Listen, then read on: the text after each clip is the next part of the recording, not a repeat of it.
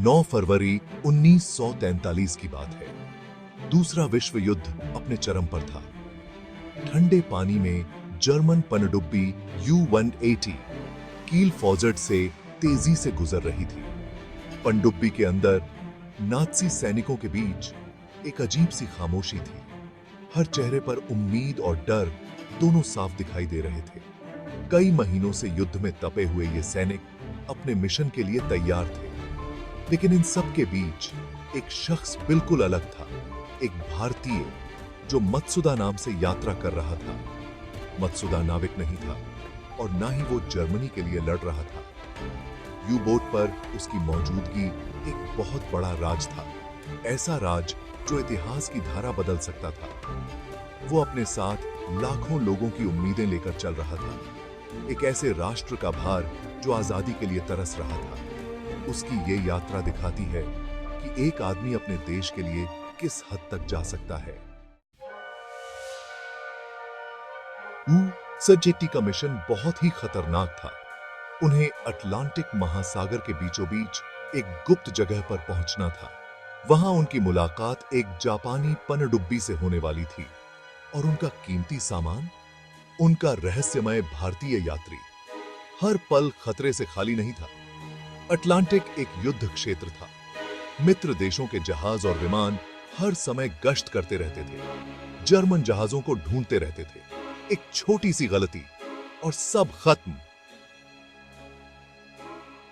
दिन हफ्तों में बदलते गए। पनडुब्बी के अंदर डीजल और पसीने की बदबू घुटन पैदा कर रही थी।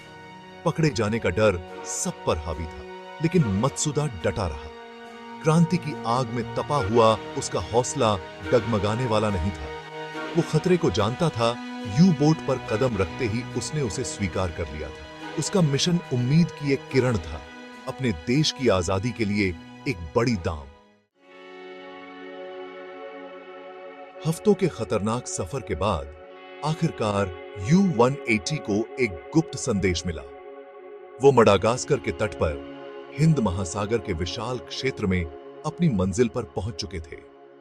जापानी पनडुब्बी I-29 पास ही थी, लेकिन उनकी मुश्किलें अभी खत्म नहीं हुई थी। एक भयंकर तूफान ने उन पर कहर बरपाना शुरू कर दिया था, जिससे समुद्र एक उग्र राक्षस में तब्दील हो गया था। दूसरी पनडुब्बी में जाना, जो पहले से ही एक खतरनाक काम था, अब लगभग नामुमकिन सा लग रहा था। कई दिनों तक दोनों पनडुब्बियां एक दूसरे के साथ साथ चलती रहीं, बेकाबू लहरों के थपेड़े खाती रहीं। ऐसा लग रहा था जैसे तूफान उनकी उम्मीदों का मजाक उड़ा रहा हो, उनकी दृढ़ता की परीक्षा ले रहा हो। तंग यू बोट के अंदर बेचैनी बढ़ती जा रही थी। समय कम पड़ता जा रहा था। जितनी देर वो सतह पर रहेंगे, उनके पकड़े जाने की संभावना उतनी ही ज्यादा थी। हालांकि मत्सुदा शांत रहा। अपने मिशन में उसका विश्वास अटूट था। मिशन था। फिर मानो किसी चमत्कार से तूफान थम गया। एक उम्मीद की किरण दिखाई दी। प्रकृति के कहर के बीच एक छोटी सी राहत। फैसला हो चुका था। अब देर नहीं की जा सकती थी। दोनों पनडुब्बियां एक दूसरे के करीब आ गईं।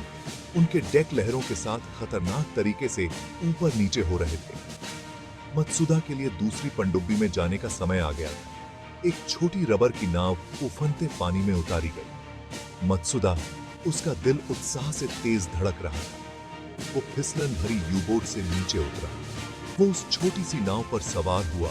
चारों ओर विशाल ओशन। ये भरोसे की एक छलांग थी, अपने मकसद के प्रति उसकी अटूट प्रतिबद्धता का प्रमाण। इंजन की दहाड़ और समुद्र के पानी की बौछार के साथ छोटी नाव तेजी से जापानी पनडुब्बी की ओर बढ़ी। I-29 पर मत्सुदा का सलामी और सम्मान से स्वागत किया गया। उसने जर्मन यू-बोट की तंग जगह को सफलतापूर्वक एक जापानी पनडुब्बी के लिए छोड़ दिया था। हालांकि उसकी यात्रा अभी खत्म नहीं हुई थी। वह अब दक्षिण पूर्व एशिया की ओर बरक रहा था। लेकिन यह रहस्यमय मत्सुदा कौन था? इसका जवाब जब सामने आया तो इसने पूरे देश में नई ऊर्जा भर दी। मत्सुदा कोई और नहीं, बल्कि नेताजी सुभाष चंद्र बोस थे।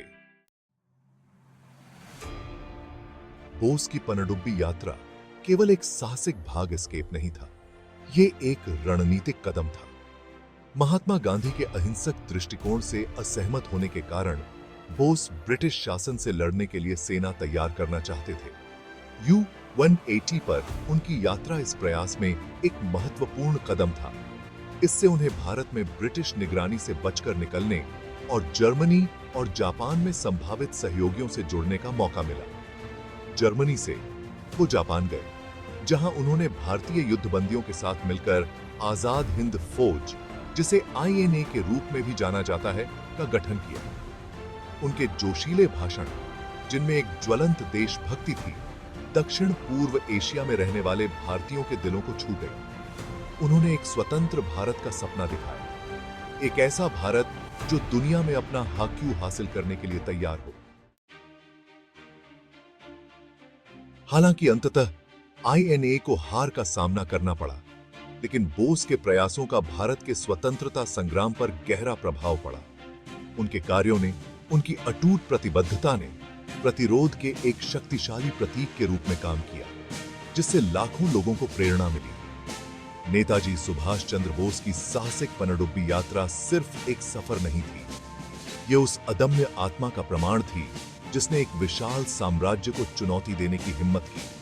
उनकी विरासत आज भी भारतीयों की पीढ़ियों को प्रेरित करती है, जो यह याद दिलाती है कि आजादी की लड़ाई के लिए अक्सर असाधारण साहस, अटूट विश्वास और एक बेहतर कल के सपने के लिए सब कुछ न्यौछावर करने की तैयारी की जरूरत होती है। बोस का जीवन, जो विजय और त्रासदी दोनों से भरा हुआ था, भारत की राष्ट्रीय गाथा का एक अभिन्न अंग है।